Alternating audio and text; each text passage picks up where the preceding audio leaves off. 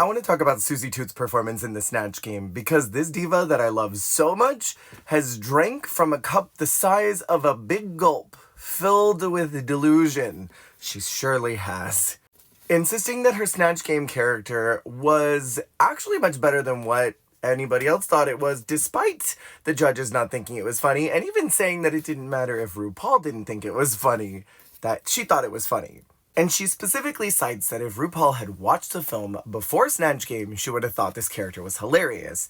And in the Snatch Game, if your character requires someone to have seen the source material in order to find the humor funny, it ain't funny. In the Snatch Game, you have to choose a character that is immediately recognizable to anyone, regardless of if they know your character or not. Like, look at Alaska in All Stars 2. A lot of young people didn't know who Mae West was, but they knew what that character was, and they found it funny.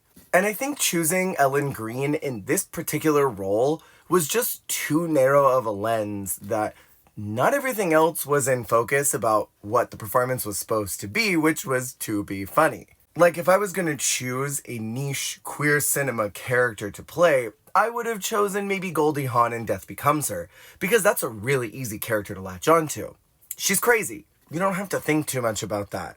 And I am definitely holding space for Little Shop, because that is a iconic piece of queer cinema. I think that's undisputable, undeniable, right? But choosing this character is like choosing Blondie as Velma in Hairspray. The John Waters version, for those of you who did not know that. Because much like Ellen, there's not really a lot to grasp onto, and a speech impediment, I don't think is very funny.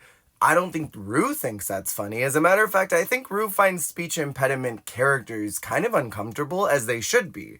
I'm thinking of so many different characters we've had on the Snatch Game where someone did a weird voice or a tick or something that Rue clearly was very cringe about and did not like. So that's like Rue 101 in the Snatch Game, is don't do a character that relies on some speech deficit to get through your humor, because Rue's probably gonna go, uh-huh.